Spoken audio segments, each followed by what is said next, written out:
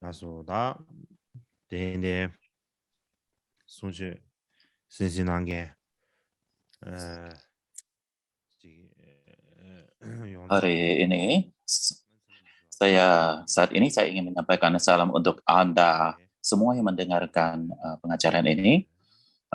Salam hangat saya, dan khususnya komunitas para anggota Sangha dari Wihara India, Nepal, dan Bhutan. Semua teman-teman dari Pusat Dharma dan setiap orang yang menonton lewat internet, saya akan menyampaikan salam saya untuk Anda semuanya dulu. Jadi, mulai dari hari ini sampai 4 hari belakangan ini, saya akan berbicara tentang segala sesuatu yang berhubungan dengan agama Buddha. Jadi, ajaran pada tahun ini sebenarnya harus terkait dengan mantra rahasia, namun saya mengambil kesempatan ini untuk berbicara tentang sejarah daripada idea, dan di dalam itu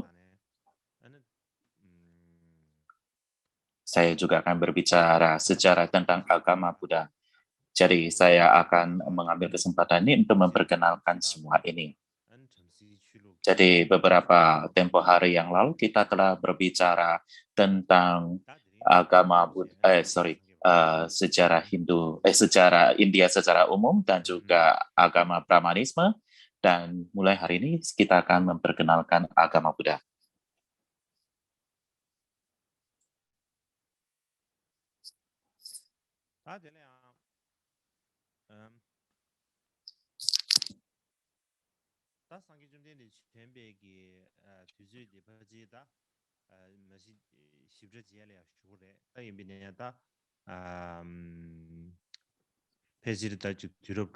Jadi saya akan berbicara kapan waktu tepatnya Buddha muncul di kemudian hari, tetapi kemungkinan besar adalah di abad ke-6 sebelum Masehi. Jadi kira-kira di akhir daripada abad ke-6 sebelum Masehi.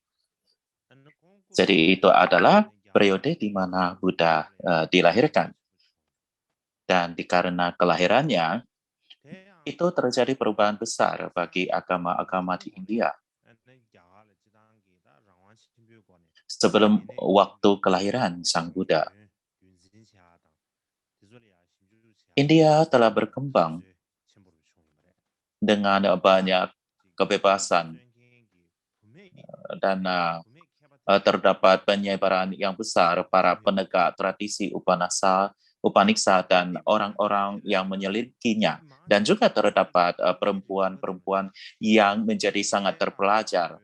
Dan bagaimanapun juga pada kebanyakan waktu, mereka hanya mengejar ketertarikan pada hal-hal intelektual dan ingin menjadi terkenal dari hal itu, dan itulah sebabnya mereka selalu berdebat di antara mereka sendiri, dan pada akhirnya dari debat ini mereka sebagian besar akhirnya memiliki pandangan yang tidak benar ataupun pandangan yang salah.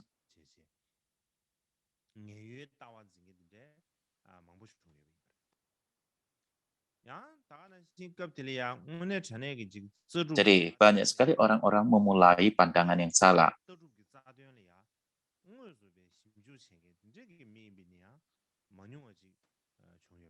Bahkan orang-orang pada saat itu terdapat juga beberapa orang yang benar-benar menyelidiki pertanyaan-pertanyaan mendasar filsafat pada periode tersebut.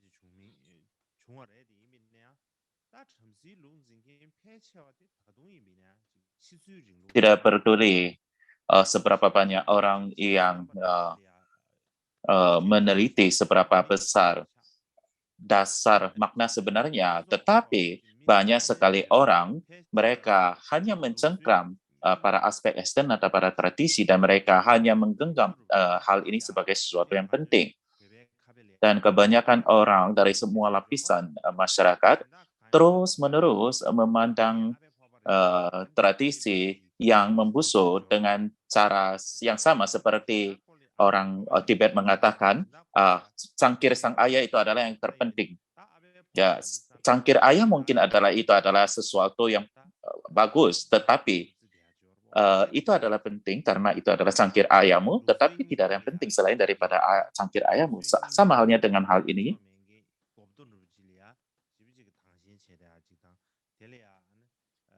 Jadi tradisi-tradisi lama, mereka sebenarnya sudah tidak begitu bermakna, namun mereka masih menganggapnya sebagai penting. Dan untuk alasan inilah banyak sekali orang yang pada awalnya mempunyai keyakinan yang besar, tetapi secara bertahap, karena tradisi tua ini menjadi semakin tidak bermakna, dan orang-orang ini menjadi kehilangan keyakinan juga, ataupun keyakinannya juga berkurang. Karena orang-orang seiring dengan orang-orang kehilangan keyakinan mereka.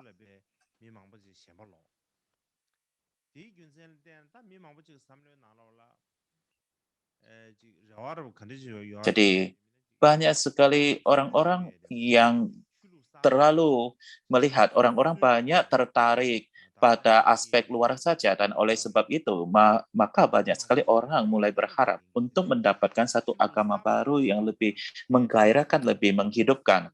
Jadi ada harapan, satu harapan baru untuk bertemu dengan agama baru, dan mungkin saja terdapat agama baru yang muncul. Jadi mereka mulai memiliki harapan demikian, dan alasannya adalah agama lain sudah mulai menurun, dan mereka sangat hanya bermain di aspek luar saja, dan orang-orang sudah merasa tidak begitu semangat untuk hal ini. Jadi mereka banyak hanya memperkenalkan aspek luar saja, tidak benar-benar memperkenalkan atau mempraktekkan makna sesungguhnya. Jadi itulah sebabnya orang-orang mulai mengharapkan tradisi atau agama baru. Dan bahkan situasi yang lebih buruk lagi adalah para Brahmana itu menjadi semakin tidak berbonar. Dan mereka mempunyai kekuatan, bukan? Mereka dalam hal agama sangat kuat sekali, bukan? Atau berkuasa. Mereka dianggap sebagai dewa, bukan, saat itu? Dan mereka menggunakan kekuasaan dan kekuatan untuk segala sesuatu. Dan hal ini memberikan banyak kesulitan pada yang lain.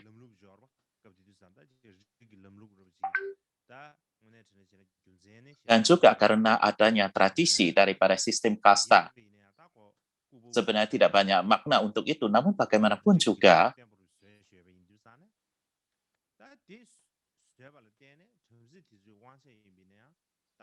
jadi orang-orang berusaha untuk memperkokoh sistem daripada kasta itu, dan oleh sebab itu kekuatan Brahma menjadi sangat kuat sekali. Bahkan dulu itu hanya berjalan secara oral saja. Sekarang peraturan ini sudah dituliskan, maka kekuatan Brahma menjadi semakin bertambah, dan untuk alasan inilah bagaimana mereka bertindak untuk kasta sudra yang paling rendah, bahkan mereka memperlakukannya menjadi lebih kejam dan lebih menekan pada kaum sudra ini. Dan untuk alasan inilah ketika mereka berbicara tentang Brahma, maka mereka menjadi simbol seperti orang-orang tanpa pendidikan atau keterampilan yang rasa hausnya tidak akan terpuaskan dengan meminum lautan, dan yang rasa laparnya tidak akan terpuaskan dengan memakan gunung. Jadi mereka menjadi simbol untuk itu. Jadi orang-orang Brahma adalah jenis manusia yang demikian. Dan bahkan sebaliknya, Sudra adalah kelas yang terbawah atau terendah, atau kasta terendah. Mereka sama sekali berkebalikan dengan situasi dari para Brahma ini. Mereka sama sekali tidak dihargai atau dihormati di masyarakat. Mereka tidak ada hak nilainya sama sekali. Jadi terdapat manusia jenis ini juga pada saat itu.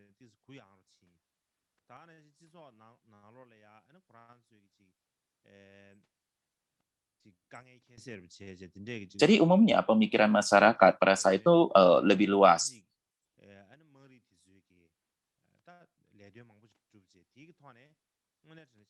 Dan para kaum sutra ini juga memberikan kontribusi besar bagi perkembangan masyarakat. dan telah menjadi bagian yang terintegrasi daripada masyarakat India saat itu dan juga mempunyai impact yang besar di dalam masyarakat. Tetapi mereka tidak diberlakukan dengan baik.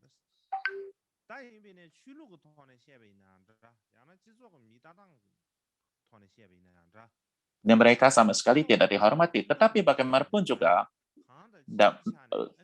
ketika kita berbicara tentang urusan agama ataupun hak hukum mereka, situasi untuk kaum sudra adalah sama sekali tidak ada perkembangan. Sama seperti dulunya, mereka bahkan ditindas, bahkan lebih kejam daripada sebelumnya. Jadi mereka selalu diperlakukan dengan sangat buruk sekali.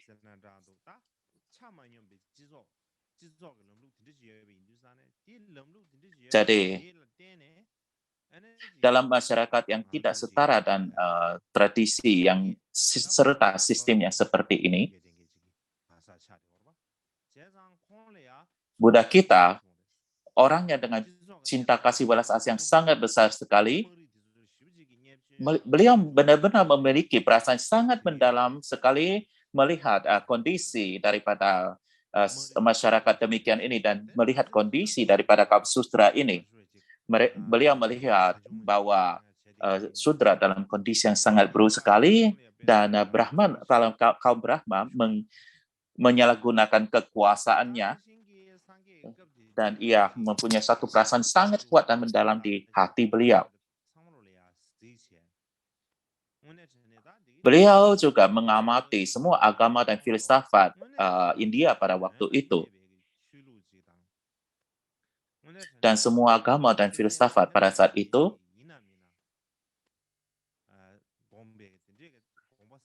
beliau benar-benar melihat dan mengamatinya. Apa benar-benar makna daripada agama ini ataupun manfaat daripada semua ajaran ini. Demikian pula, beliau mengatakan bahwa apakah seseorang itu Brahma atau Sudra, beliau mengajarkan bahwa mereka semua tidak berbeda dalam hal kemampuan untuk menghilangkan noda-noda dan mencapai pembebasan. Dan setiap orang mempunyai hak yang sama dan kapasitas yang sama untuk mencapai pembebasan. Dan dengan demikian, bahwa beliau membuka gerbang Buddhisme untuk setiap orang. Jadi setiap orang dapat mempraktekannya, beliau menyambut setiap orang ke dalamnya.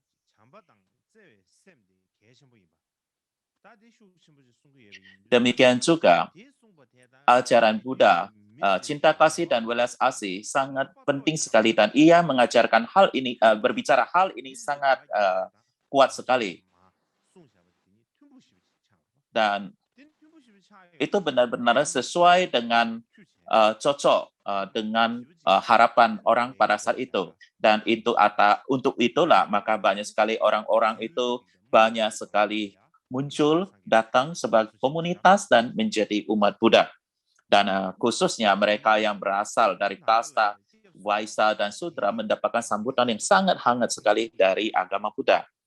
Sebagai tambahan, banyak juga di antara kasta Ksatria yang banyak sekali raja yang berlindung pada agama Buddha. Untuk alasan itulah, agama Buddha sama seperti harimau yang mengepakkan sayap, itu istilah orang Tibet.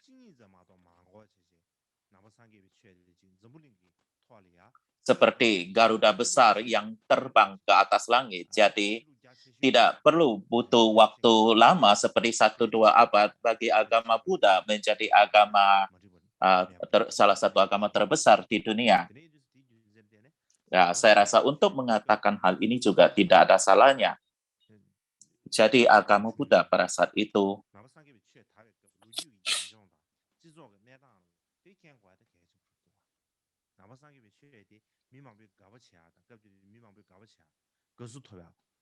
jadi ini adalah hal-hal yang perlu kita pahami tentang latar belakang daripada agama Buddha saat itu. Dan kita juga akan tahu bagaimana kenapa orang-orang memprotes ataupun mengkritik agama Buddha di sosial masyarakat pada saat itu. Dan berikutnya saya akan memberikan satu cerita singkat mengenai kehidupan Buddha. Dan sebelum itu, mungkin saya akan menunjukkan ini pada Anda dulu. Mohon lihat pada layar.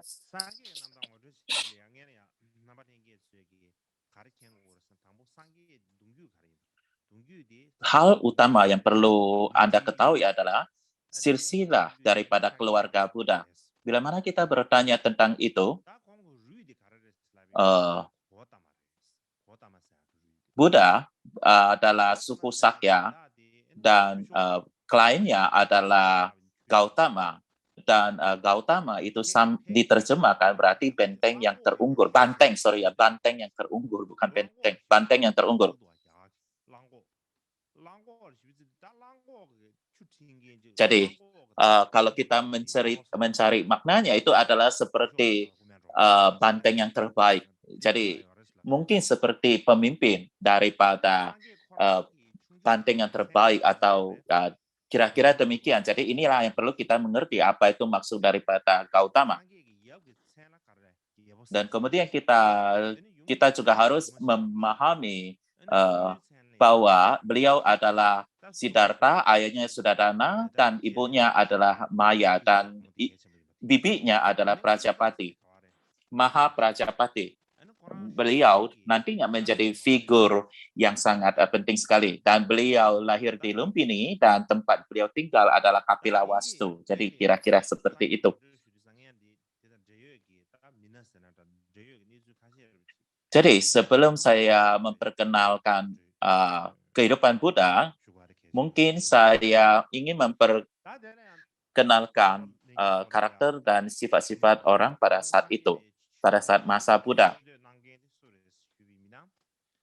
Mungkin tidak perlu untuk menjelaskan semuanya, bahwa kita ketahui penemu daripada pendiri agama Buddha adalah Sang Buddha, dan semua agama Buddha dan filosofi yang lain, semua agama dan filsafat India lainnya menyebut pengikutnya sebagai Buddhis. Dan semua filsafat dan sejarah sepakat bahwa pendiri agama Buddha adalah Sang Buddha, dan pengikutnya disebut Buddhis. Kita menyebut Buddhism, bukan?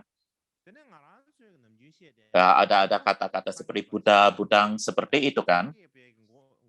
Tapi kalau kita menyebutnya dalam agama bahasa Tibet, itu adalah Nangpa. Nangpa ada orang yang ke dalam.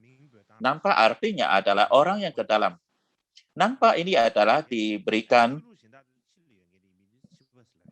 di antara orang-orang Buddhis, kita mengatakan bahwa diri kita adalah orang yang ke dalam. Jadi pengikut daripada agama lain adalah orang yang menuju keluar. Jadi ketika kita berbicara agama Buddha, kita berbicara tentang Nangpa. Nangpa itu adalah orang menuju ke dalam.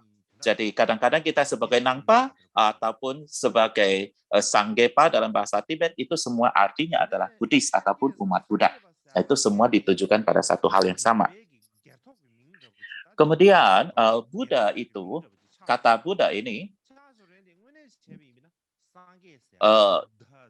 seperti ungkapan di dalam agama Buddha, tetapi kalau kita mau lihat sesungguhnya, Buddha itu sesungguhnya tidak hanya digunakan di dalam ajaran agama Buddha. Kita kemarin berbicara tentang agama Jain, bukan? Agama Jain. Saya perkenalkan, kita menyebutnya sebagai agama Jain. Jain juga menggunakan istilah-istilah Buddha.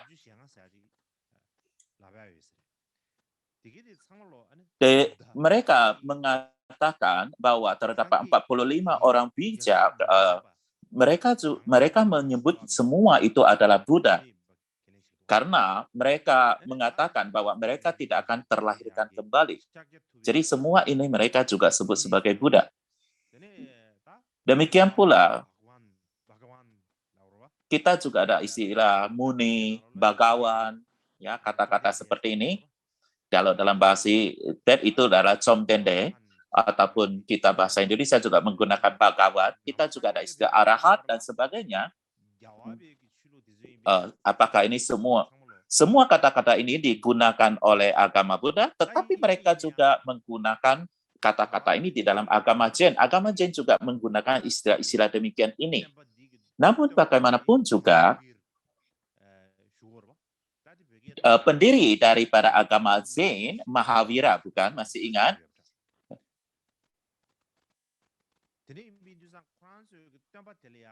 Jadi itu diterjemahkan seperti pahlawan besar. Jadi mereka menyebut guru atau pendirinya adalah Jinnah ataupun sang pemenang. Jadi mereka biasa menggunakan istilah menyebutnya Jinnah, maka agamanya disebut sebagai Jain. Jain ataupun Jain. Itulah sebabnya disebut Jain. Kenapa disebut Jain? Karena pendirinya disebut sebagai Jinnah. Dan untuk mengikutilah itu, maka mereka menyebutnya sebagai Jain. Dan kita Buddha juga menyebut kata Jinnah ataupun pemenang pada Buddha. Kita sering menggunakannya, lebih sering di dalam ajaran agama Buddha. Tetapi secara umum beliau disebut Buddha. Dan untuk alasan itulah, maka agamanya disebut agama Buddha ataupun ajaran agama Buddha. Ajaran Buddha.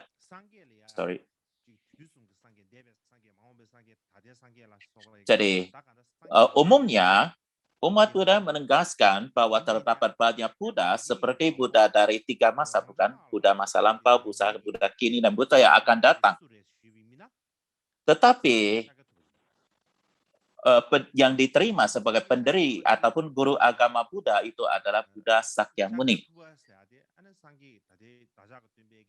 Jadi nama ini, Buddha Sakyamuni, adalah seperti nama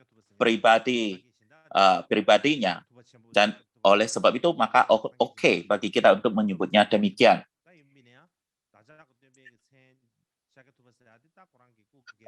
Tentu saja ada orang menyebutkan Sakyamuni dan sebagainya.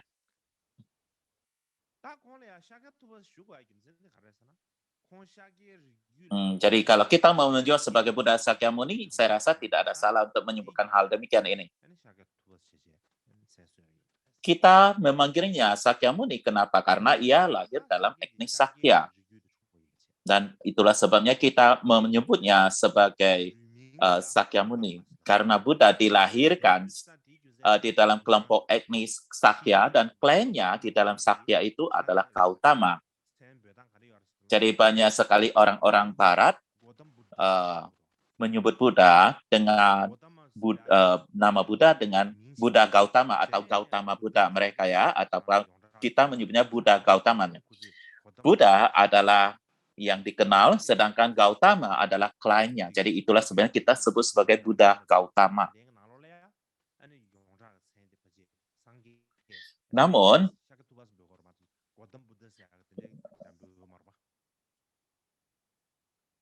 tapi biasanya kita dalam aliran Selatan Utara, kita memanggilnya sebagai Buddha Sakyamuni. Kita jarang menyebutnya Buddha Gautama. Jadi beliau dilahirkan di dalam kelompok Sakya, kelompok etnis Sakya. Jadi kelompok etnis Sakya ini siapa? Jadi di mana mereka berada saat itu?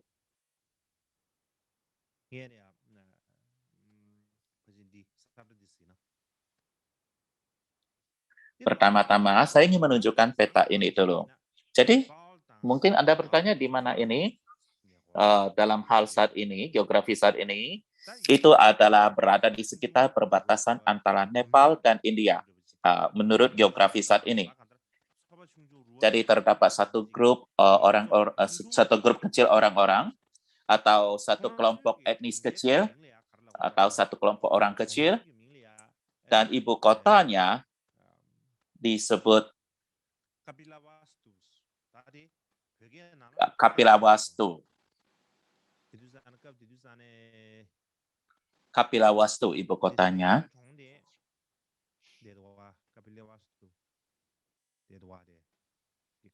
Dan inilah Kapilavastu ada di sini. Ini adalah Kapilavastu.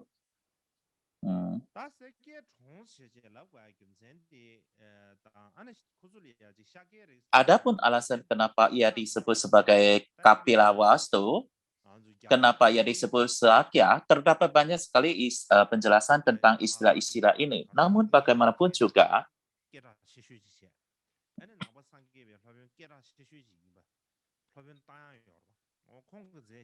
salah satu seorang guru Buddha yang sangat terkenal, Asha Ghosha, ia menulis satu puisi yang bernama Puisi Saudara Nanda. Jadi ia adalah merupakan satu puisi yang panjang, dan apa yang ia katakan di sana adalah bahwa para Sakya ini adalah merupakan keturunan dari Raja Ishwaku.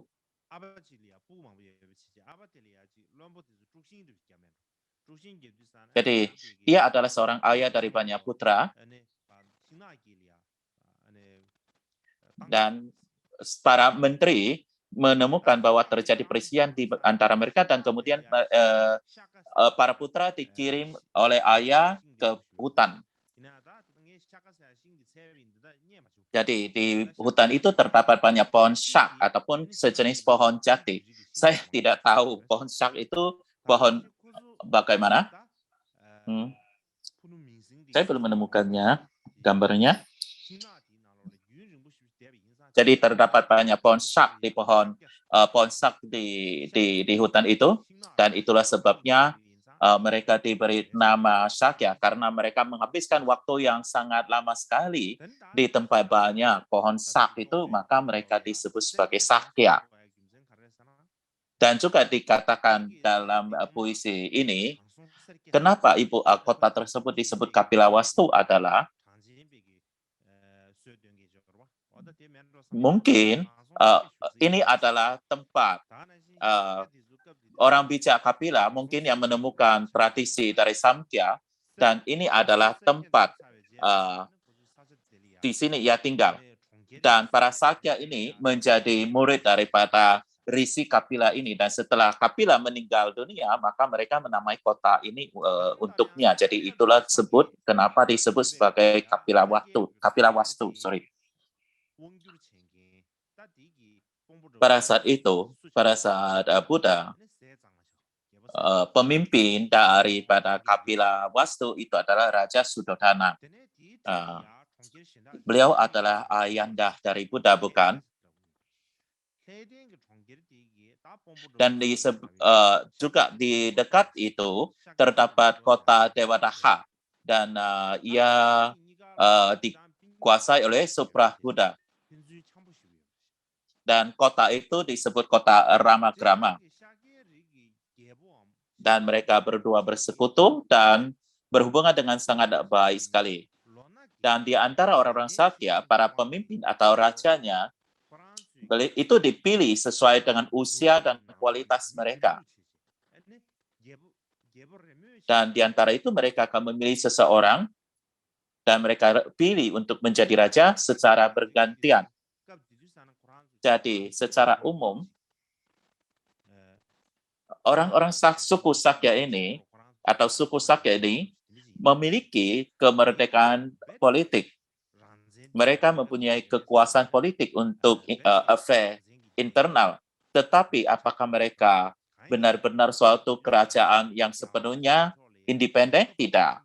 Mereka bukan satu kerajaan sepenuhnya independen, karena pada saat itu di bagian utara India terdapat satu kerajaan yang sangat berkuasa sekali, itu adalah kerajaan Kosala.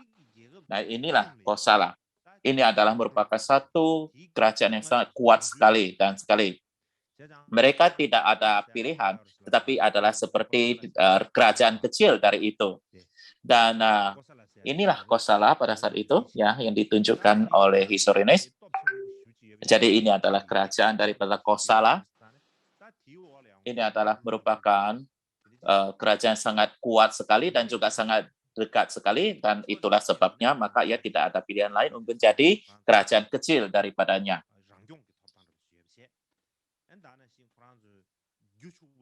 Namun bagaimanapun juga Sakya mempunyai kebebasan di dalam diri mereka.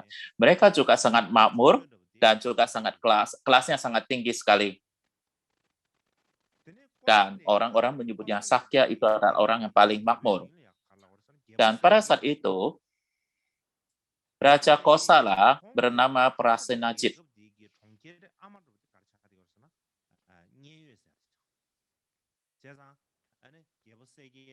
Dan ibu kotanya adalah Saraswati. Jadi beliau tinggal di daerah Saraswati. Raja Prasenajit adalah raja yang sangat terampil sekali dan sangat cakep sekali. Dan itulah sebabnya wilayah yang beliau kuasai mencakup wilayah sangat luas sekali.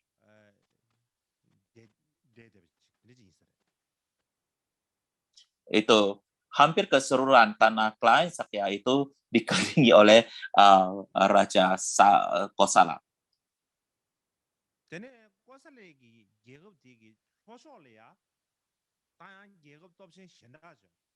Di sebelah selatan dari Kosala itu ada satu kerajaan yang sangat kuat sekali juga. Apa itu kerajaan apa?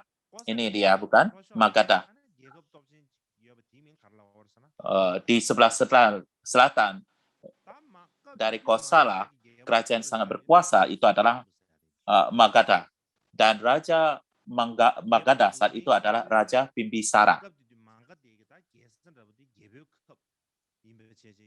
Dan ibu kota dari Magadha adalah Raja Griha ataupun Raja Graha. Jadi beliau tinggal di Raja Graha atau Raja Griha.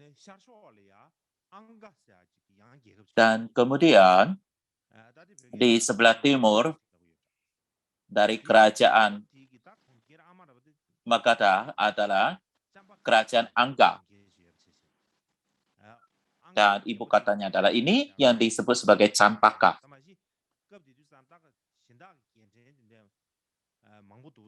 Jadi Raja Angga berkuasa di Campaka. Jadi banyak sekali kerajaan-kerajaan yang ada di sana, tapi saya rasa tidak untuk menyebutkan hal ini. Kalau ada waktu kita akan menyebutnya, tapi hari ini cukup sampai di sini saja dulu untuk penjelasan ini.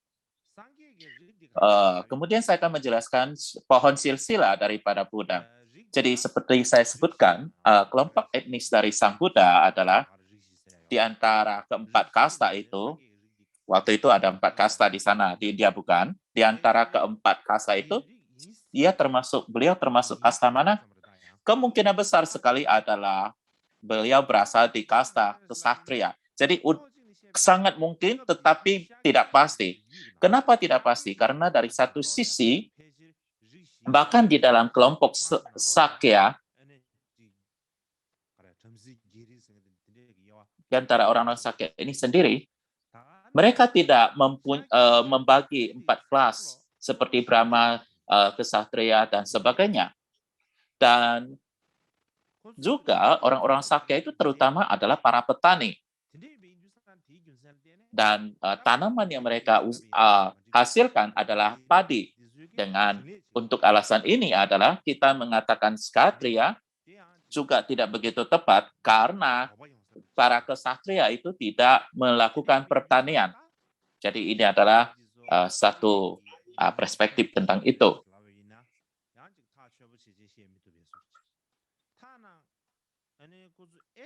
Lalu apakah orang Sakya ini adalah orang Arya? Juga belum tentu benar.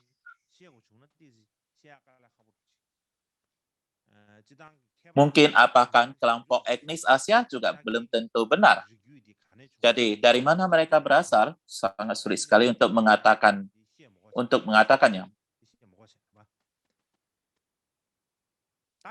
Orang-orang meneliti dari mana suku Sakya ini berasal, namun sangat sulit sekali untuk menentukannya, dan untuk itulah saya tidak akan menyatakan saat ini.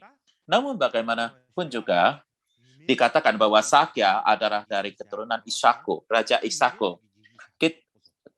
Kita berbicara tentang Surya Vamsa, bukan? Jadi ia masuk dalam kelompok Surya Vamsa, klien dari matahari. Kita berbicara sama Vamsa dan Surya Vamsa, bukan? Jadi ini adalah merupakan silsilah keluarga yang sangat penting sekali dalam India. Jadi ini adalah kelas-kelas tinggi yang dihormati orang-orang pada saat itu di India.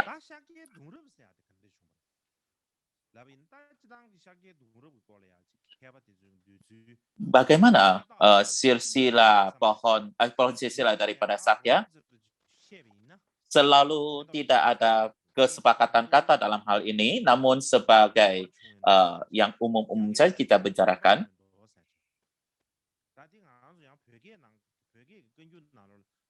pada dasarnya saya akan berdasarkan pada Abhiniskrama Sutra. Juga ada, jadi saya akan berdasarkan sutra ini untuk memberikan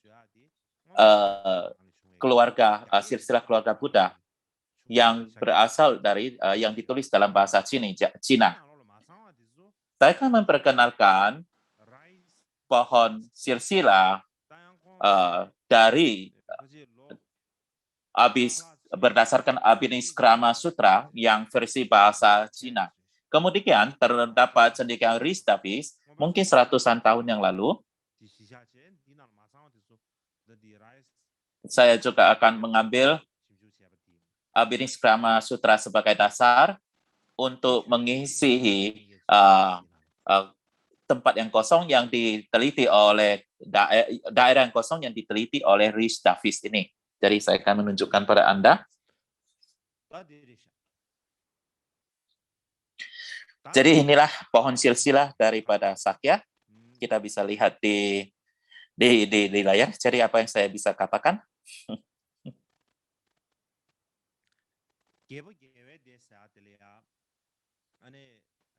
Jadi terdapat seorang raja bernama Jayasena.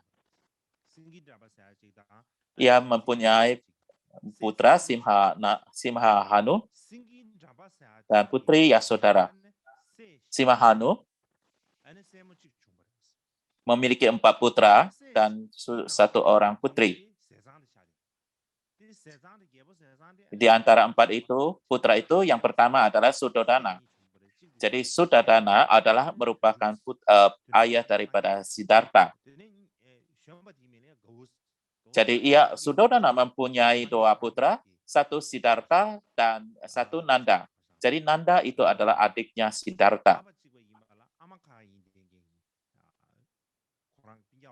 Tapi itu adalah adik tiri dengan ayah yang sama, ibu yang berbeda. Nanda dan Siddhartha ya, ayahnya sama, ibunya berbeda. Sesudah Suddhodana, adiknya adalah Suklodana. Dan ia mempunyai 2 putra, Nandika dan Badrika, yang kemudian menjadi biksu di kemudian hari. Dan kemudian terdapat Dronodana, mempunyai 2 putra, Ananda dan Devadatta. Terdapat 2 Devadatta sesungguhnya, karena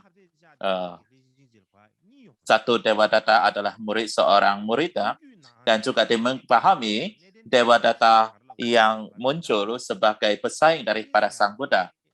Jadi di dalam tradisi Theravada dikatakan Devadatta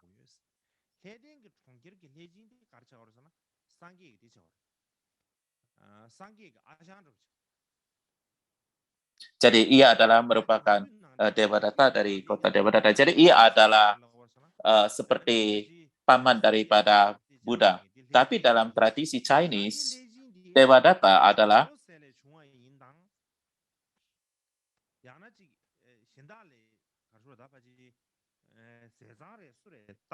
yang merupakan pesaing daripada Buddha. Tetapi terdapat debate di antara itu, debat itu, apakah itu Drodona atau Sukolodana dan sebagainya. Terdapat debat dan sana. Dan kemudian Amritodana mempunyai 2 putra, Aniruddha dan Hanama. Dan kemudian adik perempuan yang paling kecil adalah Amrita. Dan ia mempunyai seorang putra bernama Tisha. Mungkin putra. Tisha ya.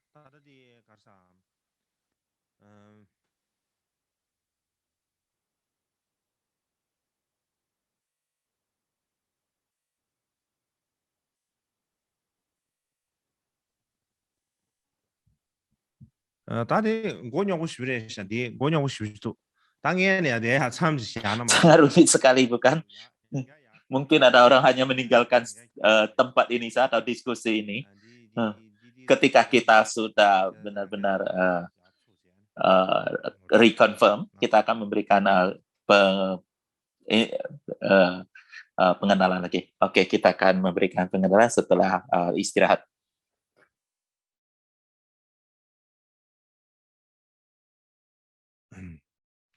Tasake durab di dus ngoru shun bisane. Ketika saya memperlihatkan pohon keluarga Sakya ini,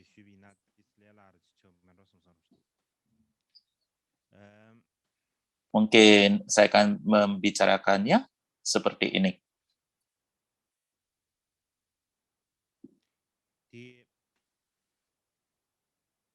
Tadi gawe desa data karena yebu tunjuk di Jayasena di sini adalah Pangeran Siddhartha, bukan?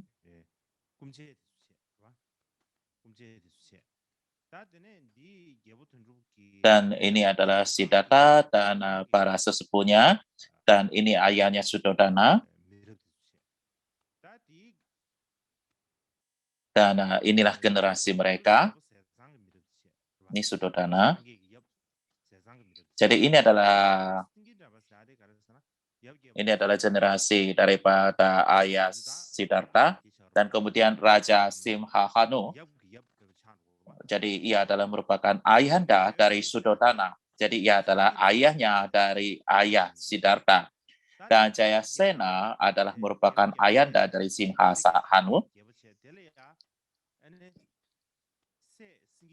Jadi Jayasena adalah merupakan Raja Kapilavastu, dan ia mempunyai 2 orang anak, putra Simhahanu dan putri Yasodhara. Jadi namanya persis dengan istri Siddhartha, tapi 2 orang yang berbeda. Jadi Simhahanu, Raja Simhahanu mempunyai berapa putra? Ia mempunyai 4 orang putra. Jadi ini adalah yang keempat, dan kemudian 1 putri yang bernama Amrita.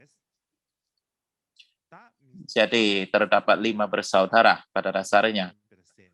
Jadi masing-masing daripada kelima bersaudara itu dan mempunyai putranya masing-masing. Jadi Suddhodana mempunyai 2 orang putra. Yang pertama adalah yang tertua adalah Siddhartha, yang muda adalah Nanda. Jadi Suddhodana saudaranya juga mempunyai putri masing-masing.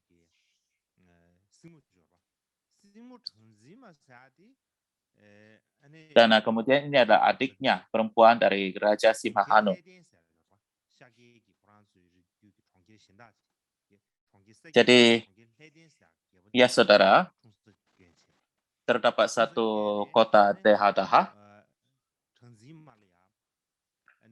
Jadi ia menikah dengan 1 keluarga kerajaan di Dewadaha, dan ia mempunyai seorang putra dan 2 putri. Dan putra itu adalah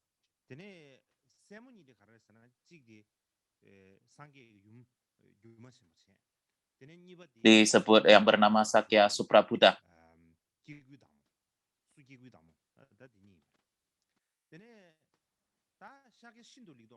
Dan salah satunya adalah Dewi Maya dan Prajapati, putri dari Sakya Suprabuddha ini.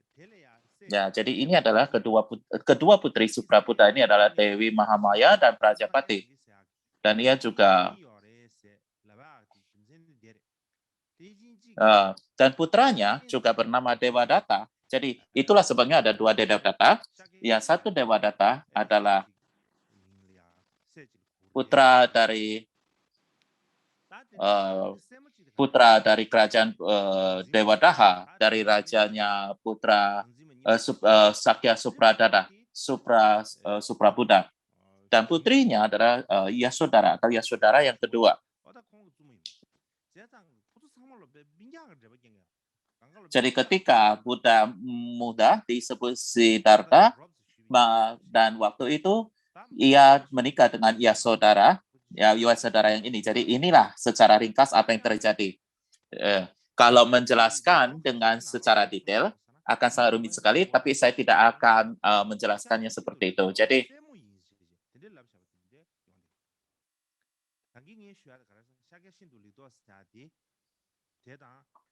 Jadi dikatakan bahwa Mahamaya dan Mahaprajapati adalah merupakan putri dari Sakya Supra Buddha. Jadi seperti dikatakan, Yasodhara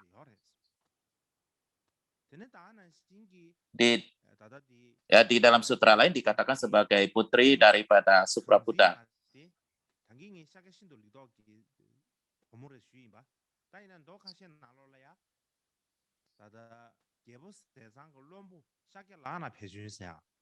Jadi saya menjelaskan bahwa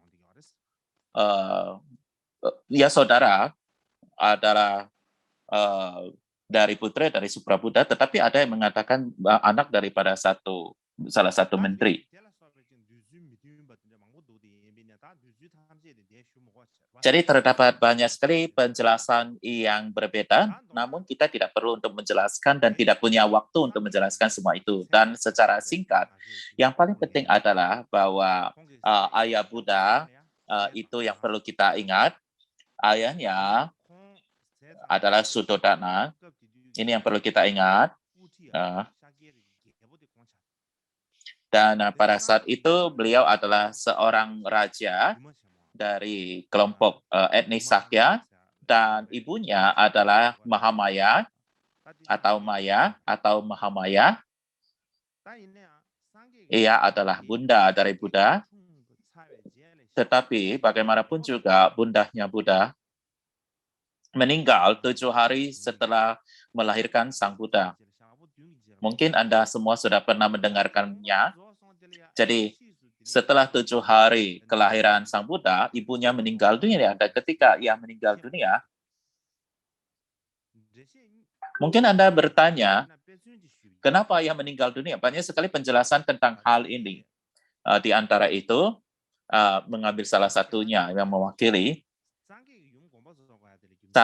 salah satu cara menjelaskan adalah terdapat alasan mengapa Bunda Buddha meninggal dunia, karena alasannya adalah Bunda Buddha akan terus hidup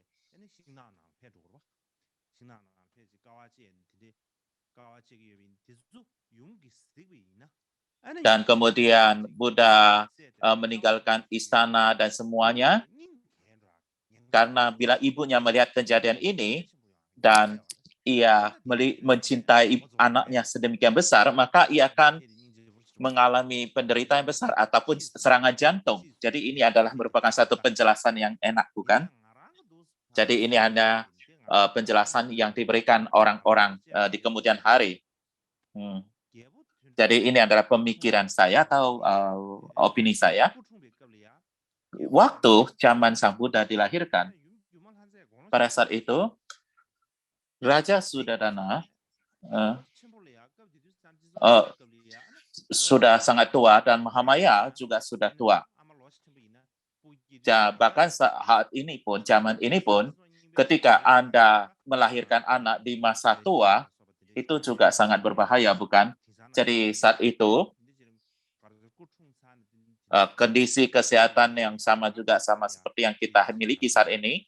Jadi itulah sebenarnya setelah beliau melahirkan, ia memiliki masalah kesehatan dan meninggal dunia. Itu yang saya pikirkan. Itu hanya opini saya.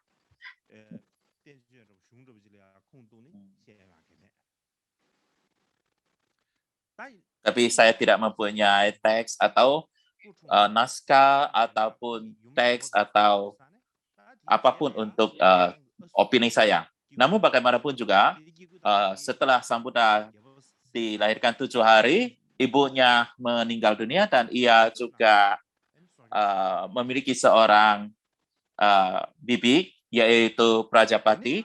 Ia juga menjadi permaisuri kedua dari Suddhodana dan beliaulah yang membesarkan Sang Buddha. Seperti saya menyebutkan bahwa adik tiri dari Buddha adalah Nanda, bukan? Sang Buddha memiliki seorang adik tiri yang bernama Nanda, bukan?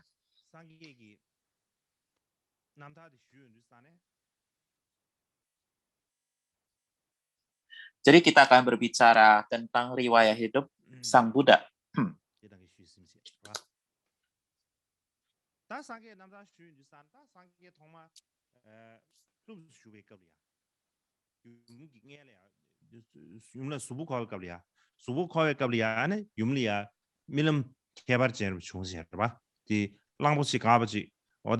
Ketika Buddha memasuki rahim ibu, bundanya bermimpi tentang gajah putih yang masuk ke dalam tubuhnya, dan ini yang disampaikan, bukan?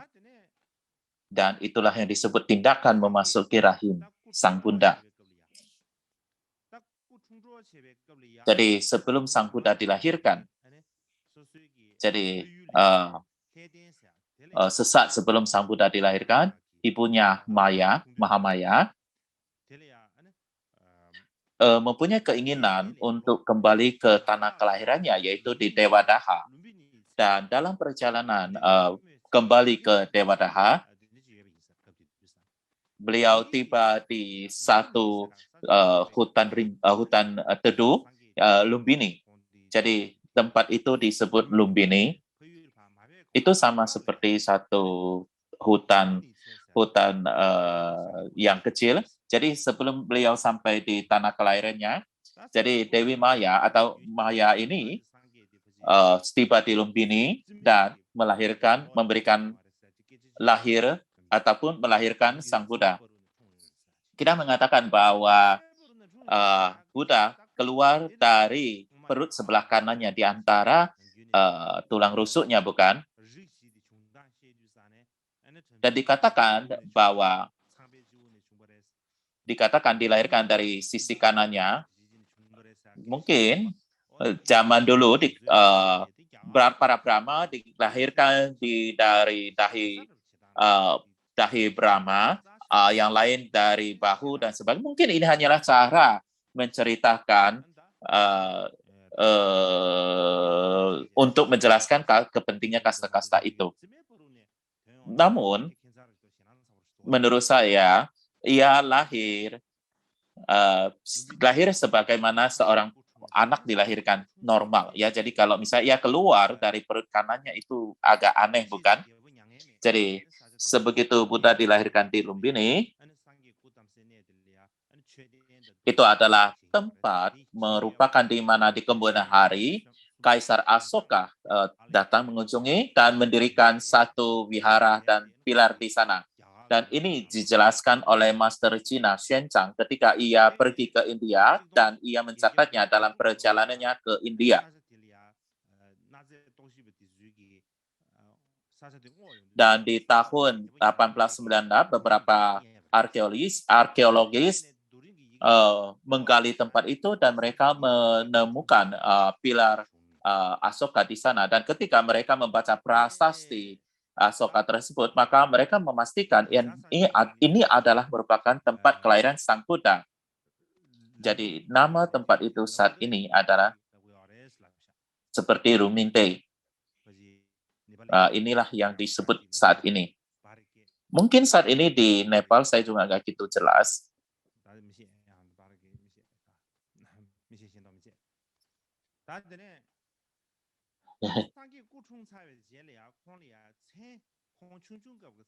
Setelah Buddha dilahirkan, beliau diberi nama waktu kecil.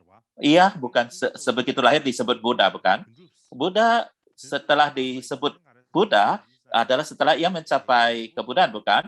Waktu itu diberi nama Siddhartha. Adapun alasan kenapa diberi Siddhartha adalah pada saat yang bersamaan Siddhartha dilahirkan, banyak hal-hal baik yang terjadi saat itu, seperti misalnya sang raja menemukan harta karun permata. Dan untuk alasan itulah semua tujuan tercapai, dan itulah diberi nama Siddhartha yang berarti mencapai semua tujuan atau tercapai semua tujuan. Jadi ini adalah satu pertanyaan besar. Pertanyaan adalah, kapan Buddha dilahirkan? Tahun apa? Bulan apa? Hari apa beliau dilahirkan? Jawabannya Anda bisa pilih sendiri. Lupakan hari dan bulannya, bahkan kita tidak tahu tahunnya dilahirkan. Terdapat kesetujuan di sana.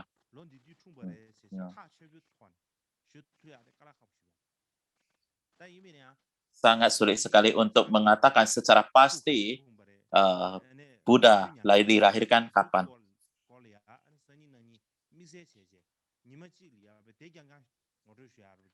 Mungkin di beberapa hari atau hari berikutnya saya akan berbicara tentang kelahiran, masa kelahiran Buddha sampai mencapai masuk ke Mahaparinibbana. Itu adalah satu topik yang sangat rumit sekali dan itulah yang akan kita bicarakan di kemudian hari. Dan di abad ke-6,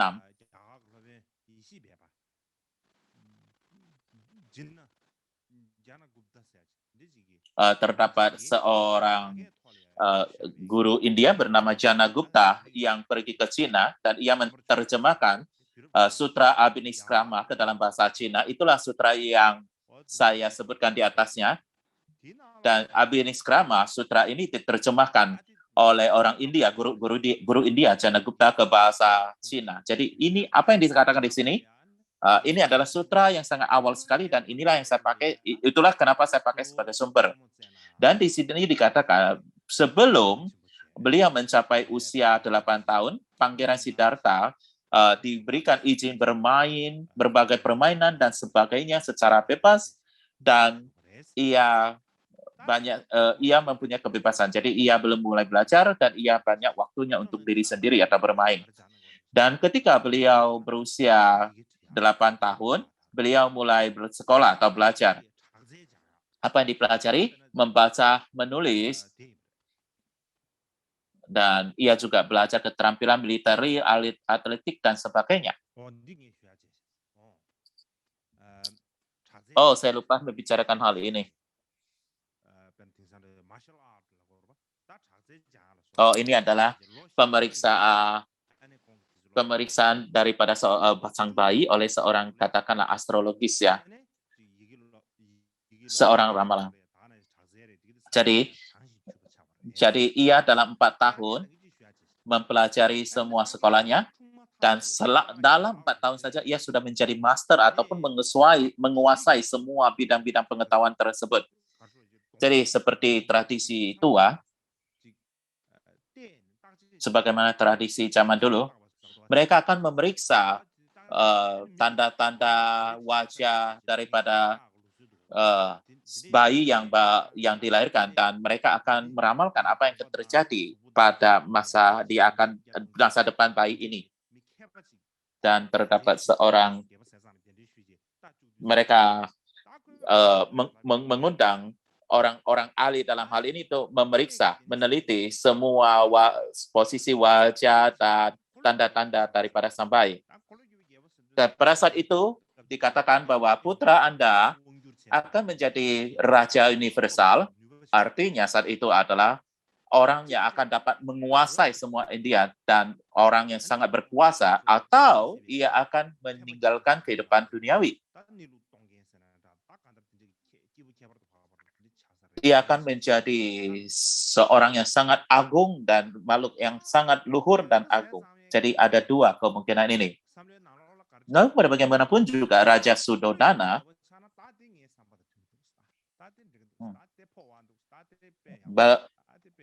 kalau menjadi Raja Cakrawati, Raja Universal, itulah yang saya mau. Inilah semua keinginan ayah, bukan? Kalau itu meninggalkan rumah tangga atau meninggalkan kehidupan dunia menjadi biksu, maka tidak ada yang bisa meneruskan kerajaan, bukan? Ya. Jadi satu sisi ia mempunyai keyakinan, satu sisi ia juga kekhawatiran. Jadi inilah dia harus hati-hati untuk membesarkan Buddha.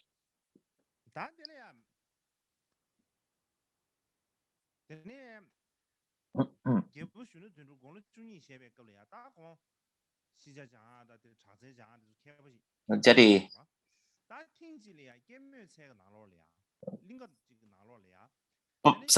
Pangeran Siddhartha sudah menjadi sangat berpengetahuan di usia sangat muda ya, saat itu 12 tahun tadi kita katakan, dan dikatakan pada suatu kesempatan banyak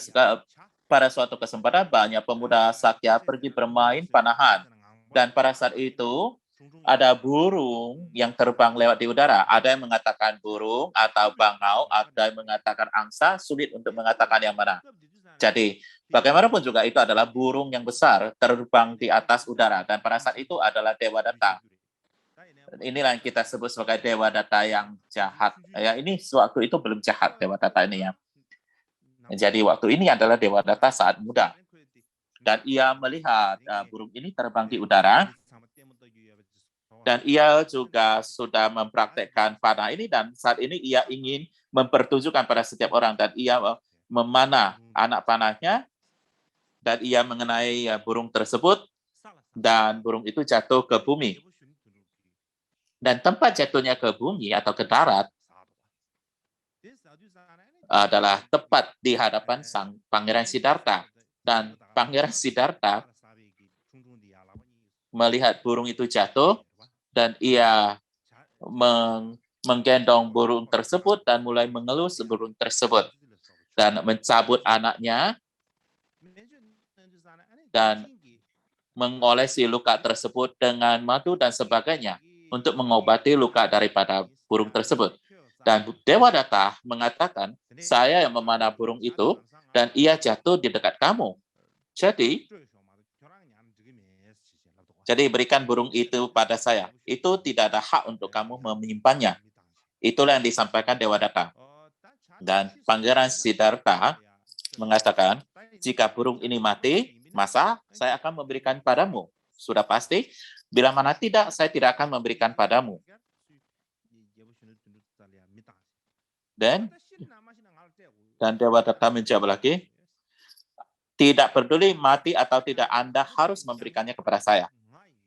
Alasannya adalah, sayalah memanahnya terlebih dahulu, bukan?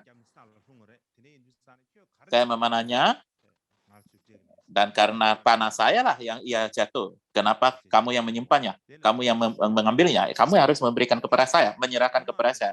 Dan kemudian Pangeran Siddhartha mengatakan, dulu aku sudah beraspirasi untuk melindungi semua makhluk. Jadi karena saya membuat aspirasi itu, dan burung ini adalah merupakan salah satu makhluk hidup, dan saya harus melindunginya. Dan Dewa Datta dan Siddhartha terlibat dalam pertengkaran atau argumen atas burung ini. Dan akhirnya seluruh tetua Sakya harus mengadakan pertemuan untuk menyelesaikan perselisihan ini. Apa yang harus kita lakukan? Dan kemudian mereka mengadakan pertemuan untuk perselisihan ini.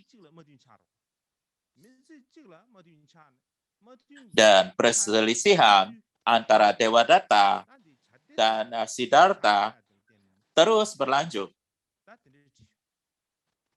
Jadi ini adalah mulainya pertama persaingan ataupun perdebatan persaingan mereka terjadi atas pembunuhan burung ini.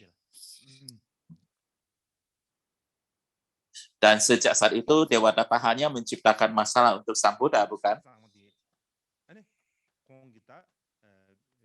Dan sambil melihat ke layar ya, itu ada gambarnya.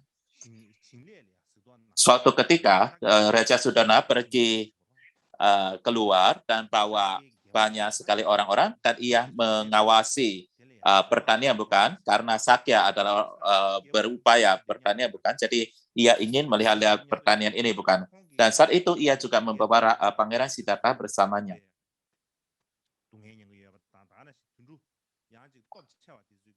Dan pada saat itu ia melihat bagaimana hewan itu menderita di lahan tersebut. Bagaimana hewan besar memakan yang lebih kecil, dan ia melihat ketika para petani membungkuk dan harus bekerja dengan sangat keras sekali di ladang.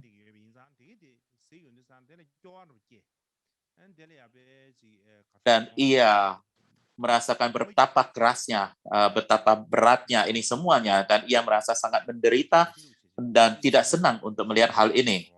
Dan alih-alih ia berkumpul dengan orang-orang melihat festivalnya, festival petani tersebut, beliau menarik diri dari keramaian tersebut dan duduk di bawah pohon dan bermeditasi.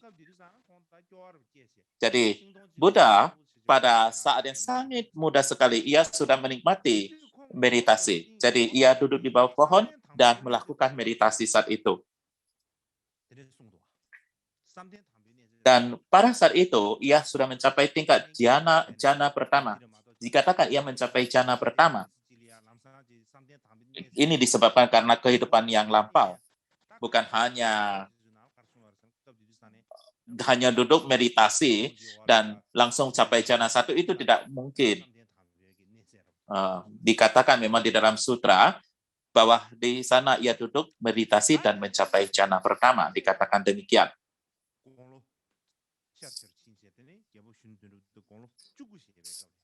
Dan kemudian seiring ia tumbuh besar, dan pada saat beliau berusia 16 tahun,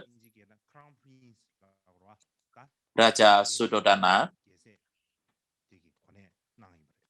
ia dinaikkan menjadi atau diangkat menjadi putra mahkota. Jadi pada saat itu ia diangkat menjadi putra mahkota dan juga menikahkannya dengan putri Yasodhara.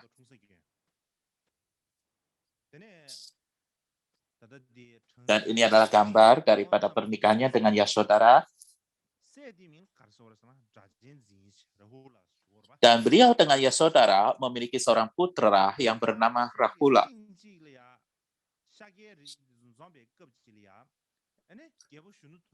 Jadi juga pernah suatu ketika semua orang-orang Sakya berkumpul,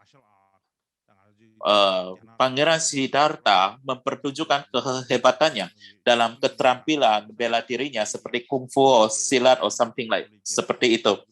Jadi ia sudah menghabiskan waktu muda untuk melatih semua ini.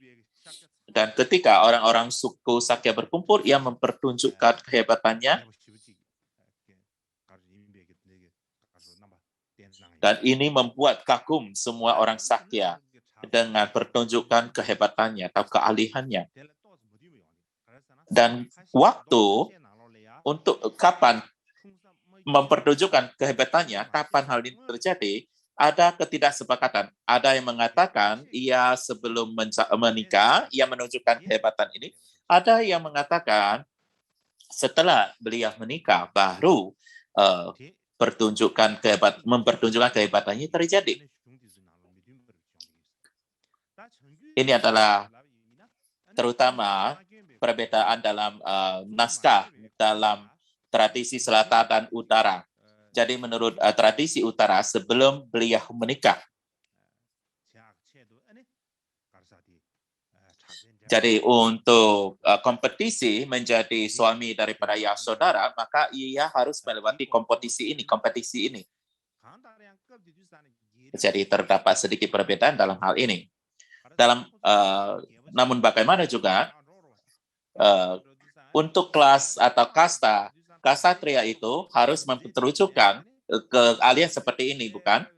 Mereka harus pergi berperang dan sebagainya, bukan? Kalau misalnya pergi berperang, Anda harus mempertunjukkan keahlian seperti ini, bukan? Tidak seperti zaman saat ini. Anda bisa nembak dari sini untuk musuh yang jauh di sana, bukan? Dulu harus berperang berhadap-hadapan, bukan? Dan untuk itulah maka untuk kaum ksatria mempelajari seni bela diri ini adalah sangat penting sekali, dan khususnya Sakya ini sangat terkenal dalam hal panahan, memanah. Saat itu tidak ada yang dapat menandingi Sakya dalam hal memanah, dan terutama di dalam India Sakya itu paling unggul dalam memanah. Dan pada saat itu Sang Buddha mempertunjukkan keahliannya dalam memanah, dan ini menjadi sangat terkenal peristiwa ini. Dan sesudah menikah, setelah 10 tahun, ia memutuskan untuk meninggalkan istananya dan menjadi seorang pengembara yang tidak memiliki apa-apa. Dan alasan kenapa beliau memutuskan melakukan hal ini adalah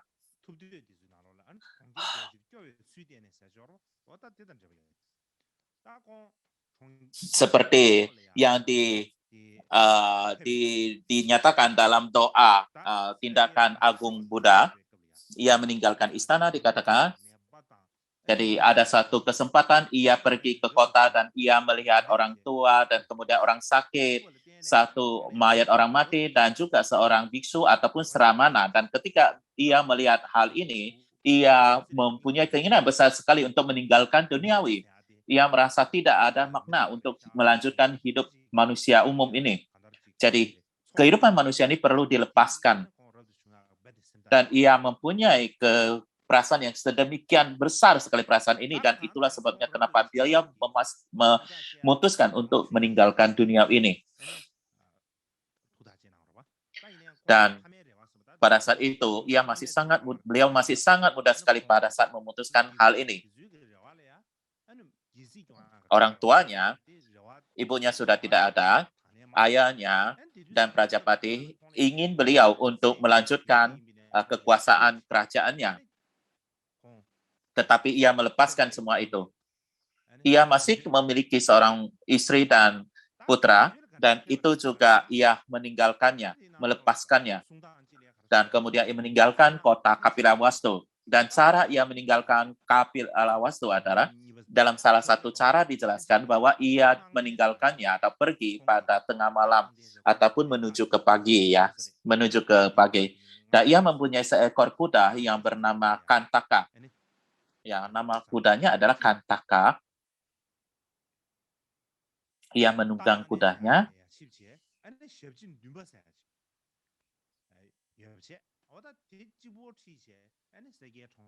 Dan ia pergi bersama dengan kusirnya, Chana. Nah, dengan ini saja, ia meninggalkan Kapilavastu tanpa ada orang lain yang mengetahuinya. Jadi, pada saat itu, usianya berapa? Dan juga banyak perdebatan di sini.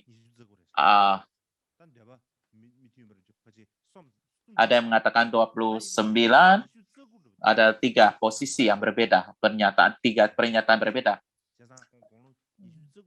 Tapi 29 adalah yang pada umumnya diterima orang. Jadi lebih kurang adalah pada usia 29 tahun, ia memutuskan untuk melepaskan duniawi dan menjadi seorang biksu, dan ia meninggalkan di malam hari. Dan ia harus melalukan diri, bukan? Tak ada pilihan. Kalau ia meminta izin pada raja, raja pasti nggak akan memberikan, bukan? Oleh sebab itu, ia harus melarikan diri. Pergi secara diam-diam.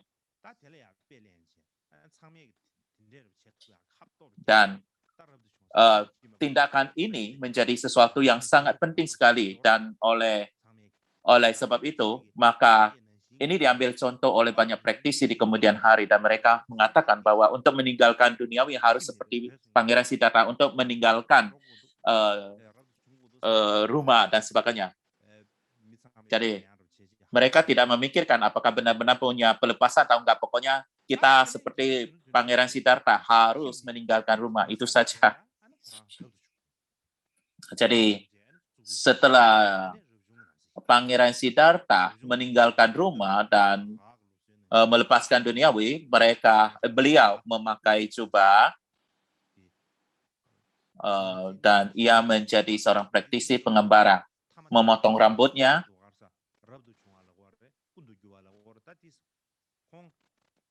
Kita berbicara tentang 4 tahapan kehidupan, bukan? Jadi ia langsung pergi dari rumah tangga, langsung menjadi seorang praktisi pengembara. Jadi ia melompati tahapan tinggal di hutan. Jadi ia langsung masuk ke tahapan praktisi pengembara. Pada saat itu, Raja Suddhodana keesokan harinya mengetahui bahwa Pangeran Siddhartha tidak ada lagi, dan mengirim orang untuk menjemput Siddhartha untuk balik. Dan itu tidak ada hasil. Dan ia sudah memutuskan dengan kuat, dan ia tidak kembali lagi. Dan kemudian kemana beliau pergi? Beliau pergi ke Magadha. Kenapa beliau pergi ke Magadha adalah karena terdapat banyak sekali praktisi Dharma di sana. Dan untuk alasan itulah maka beliau pergi ke Magadha. Dan ketika beliau pergi ke Magadha, beliau pergi, beliau sendiri bukan? Dan tidak ada yang tahu beliau. Dan beliau pergi ke ibu kota Magadha, yang mana adalah Raja Graha. Dan ketika ia meminta dana makanan di Raja Graha, Raja Bimbisara dari Magadha melihatnya.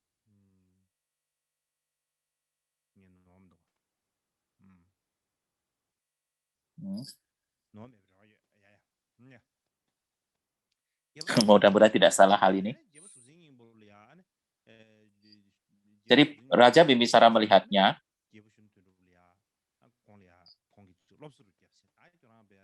dan ia memberikan nasihat. Anda tidak perlu menjadi biksu, Anda harus kembali dengarkan ayahnya yang memberikan nasihat itu. Anda harus kembali mendengarkan nasihat ayahmu. Tetapi sang Pangeran Siddhartha tidak menerima nasihat ini. Saya rasa, ini Bibi rasa, kalau salah mungkin saya akan memberitahu Anda kembali besok. Namun bagaimanapun juga, ia tidak menerima nasihat ini. Kemudian, kemana Pangeran Siddhartha pergi adalah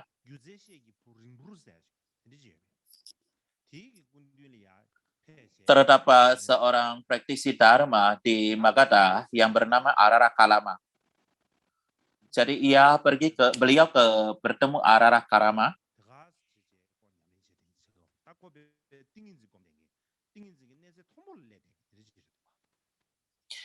Ia benar-benar adalah seorang praktisi yang mencapai samadhi yang sangat tinggi sekali. Jadi ia sudah mencapai jana keempat atau jama ketiada bentuk lagi. Jadi ia sudah mencapai samadhi ketiadaan. Jadi apa yang ia ajarkan kepada Pangeran Siddhartha adalah teknik daripada samadhi ketiadaan ini. Samadhi sangat mudah bagi Siddhartha. Ketika ia mempelajari ini, ia menguasai samadhi dan ia tidak puas dengan hal ini. Saya tidak dapat merealisasikan hakikat semuanya. Dan kemudian ia pergi mencari guru yang lain. Siapa itu? Yaitu Udaka Ramaputra. Jadi ia pergi ke Udaka Ramaputra dan terus berlatih, lanjut berlatih. Dan Udaka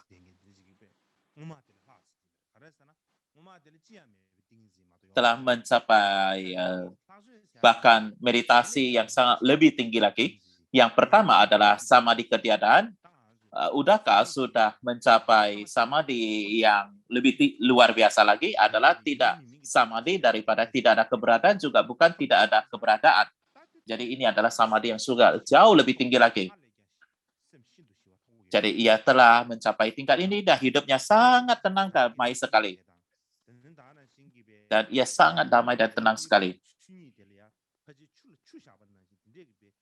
Dan batinnya itu sudah kayaknya bersatu dengan hakikat alam, dan seperti air yang dituangkan ke dalam air.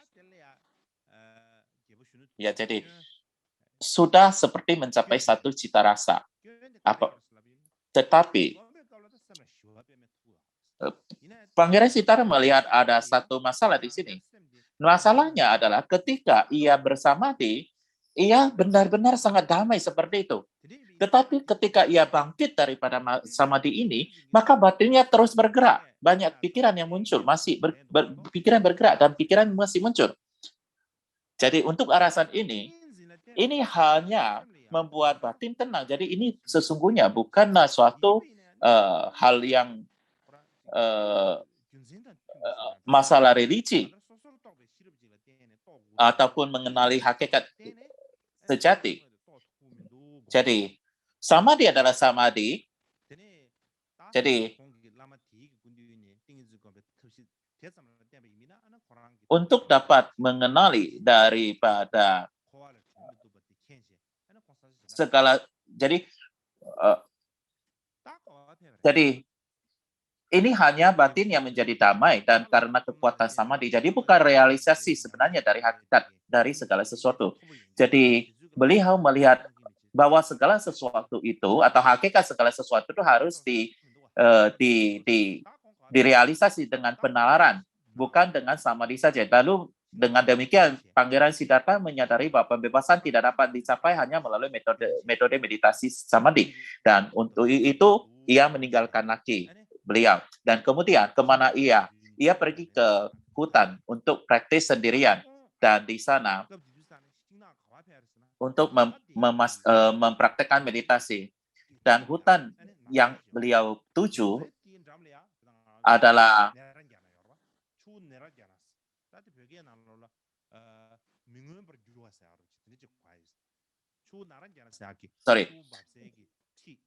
jadi ia pergi ke tepi sungai Narajana di samping daripada Uruvela. Jadi ini adalah satu sungai. Jadi beliau berpikir ini adalah satu tempat yang sangat enak untuk menjalankan praktis. Dan disinilah beliau memulai praktis pertapaan yang keras. Dan beliau banyak melakukan pertapaan yang sangat banyak sekali. Dan kita bisa melihat pertapaan keras yang beliau lakukan. Jadi ini adalah cara praktis non-Buddhis. Saya akan memberikan contoh, 2 contoh dari sini.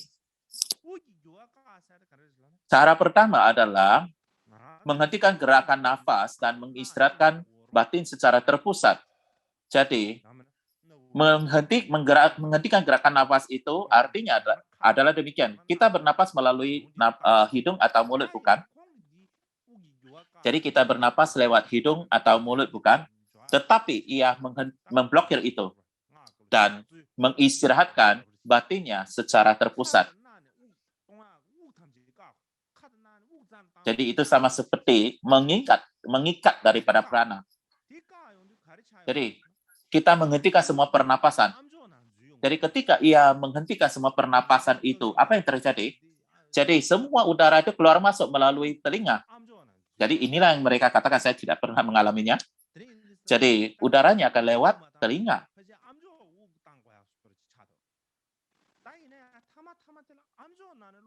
Jadi ia tidak bisa bernapas dengan mulut dan hidung, maka bernapas dengan telinga. Dan akhirnya ia juga memblokir gerakan udara melalui pendengarannya ataupun telinganya.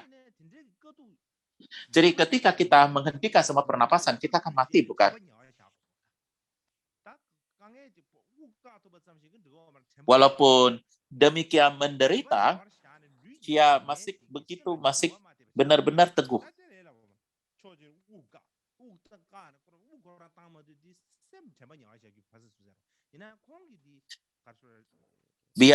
Beliau telah mencapai, beliau telah menyebabkan demikian banyak penderitaan fisik, tapi beliau masih tetap dapat mempertahankan batinnya berdiam dalam satu fokus. Jadi ia membuat penderitaan di tubuh fisiknya yang bagaimana tidak mempengaruhi daripada fokus batinnya. Jadi ia boleh katakan seperti hampir mati beberapa kali. Jadi ini salah satu cara pertapaan keras yang ia jalani.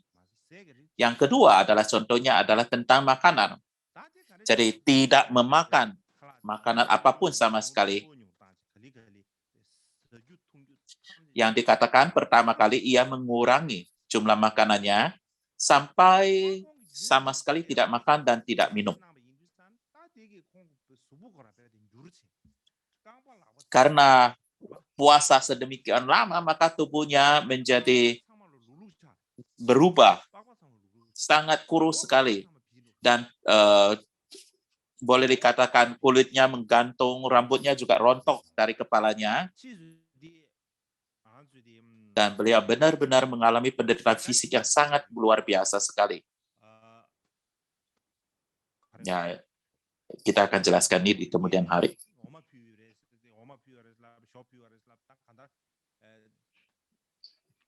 Dan terdapat satu cerita di mana seorang wanita yang memberikan ia yogurt, ada yang memberikan ghee, tapi di dalam sutra dijelaskan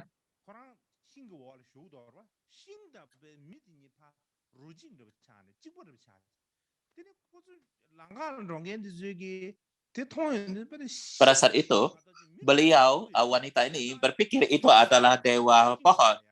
Karena pada saat itu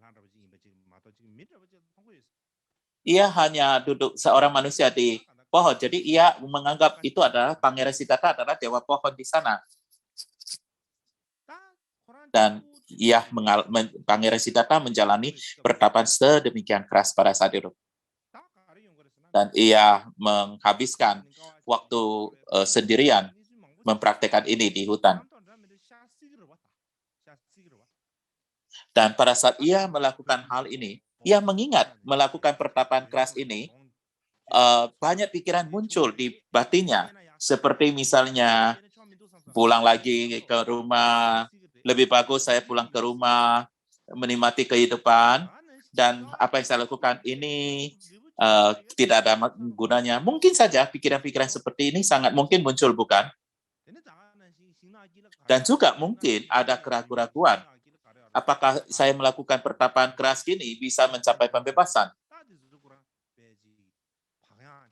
Dan di antara hutan itu juga ada binatang pemangsa, mereka jalan sana, jalan sini, burung-burung berterbangan, dan khususnya di tengah malam hari.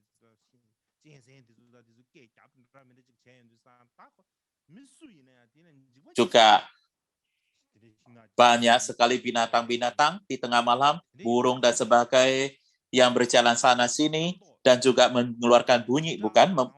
Dan beliau sendiri duduk di hutan sendirian dan mungkin saja ia muncul banyak sekali pikiran-pikirannya. Dan ini dianggap sebagai marah. Jadi ketika kita berbicara tentang marah, itu bukan berarti seseorang dengan taring yang besar atau yang sangat menakutkan, bukan seperti itu. Jadi saat itu, marah yang kita pikirkan, marah yang kita bicarakan adalah seperti personifikasi. Pada poin itu, Pangeran Siddhartha yang mengalami banyak sekali kesulitan, dan ia menderita dari pertapaan kerasnya, tubuhnya sangat menderita, dan ia juga muncul pikiran-pikiran, juga ketakutan muncul, dan ia menjelaskan semua ini ibarat seperti marah ataupun iblis. Namun bagaimanapun juga semua pemunculan ini itu hanya membuat suatu hal yang sulit bagi Siddhartha. Ya, bukan hanya satu hari, tapi sepanjang tahun. Tapi ia tidak memberikan marah ini satu kesempatan pun. Ia tetap berlatih. Sehingga sang marah tidak lagi mempunyai kesempatan untuk menggodanya. Jadi pada dasarnya adalah Pangeran Siddhartha selalu sendirian. Dan ia menghadapi dan menjalani kesulitan yang tidak pernah dialami orang lain. Namun bukan itu saja, beliau juga masih terus menerapkan perhatian penuh dan kesedaran terus-menerus. Jadi, dalam batinnya. Jadi,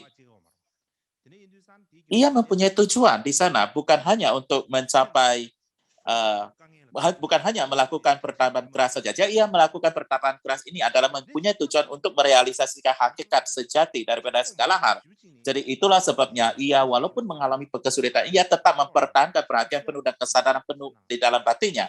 Jadi ia berupaya dan berusaha berbagai cara.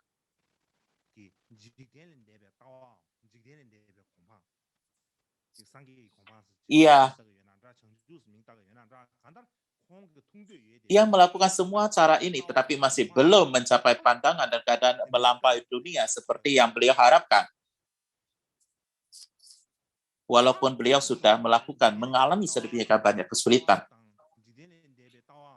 Lalu bagaimana hal ini dicapai? Bagaimana kita bisa mencapai pandangan yang melampaui atau keadaan yang melampaui? Itulah yang akan saya bicarakan pada esok hari. Oke.